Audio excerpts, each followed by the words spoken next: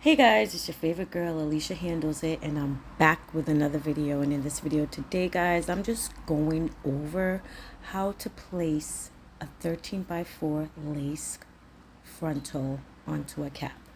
I'm going to color it. These are the knots we're dealing with. We're just going to do that really quick, and then we're going to start the unit. If it's your first time here, welcome. My name is Alicia Handles It, and what I do on my channel is how-to tutorials, whatever has to do with beauty. You're in the right place. If you're willing to learn something, just hit that subscribe button and join the squad. Now we're going to get started right after I wash this out, and this is just like a visual tutorial, so you guys just pay attention because visual learning is very high quality learning. Trust me on that. I've learned a lot visually. This is the cap that I love to use, so I don't suggest to use any other caps because I've tried them all, so you don't. And this is the best one, so make sure you screenshot it, pause the video, and see what brand it is, because this is the best brand to use if you're making wigs. Now we're going to get started. Basically, I'm just going to show you how to place it, how to sew it down, and how to lay the first track. I might go live just finishing up the wig because it's already halfway done. Well, almost halfway done, but I will probably go live with you guys later on today. So today is 12. Today is 6/25/26. So yeah, so just pay attention. I'm not going to talk too much. And if you have any questions, just leave it in the comment section and I'll be sure to handle it for you.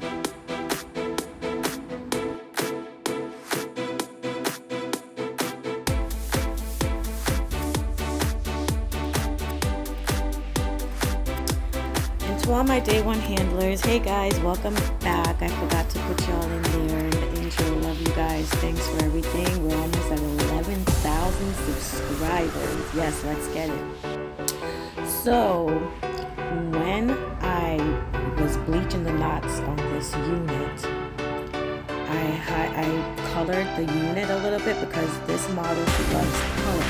So I just highlighted a little bit, so when the unit is done, I'll do it once more and highlight it in certain areas. And yeah, so you guys stick around for the whole thing. It will be in increments. I'll have some shorts, I'll have this long video, and I'll probably do a live with all sorts of things. Make sure you cover it. So guys, hit the subscribe button, and thanks for watching. Please watch it all the way through, and I'll see y'all at the end of the video.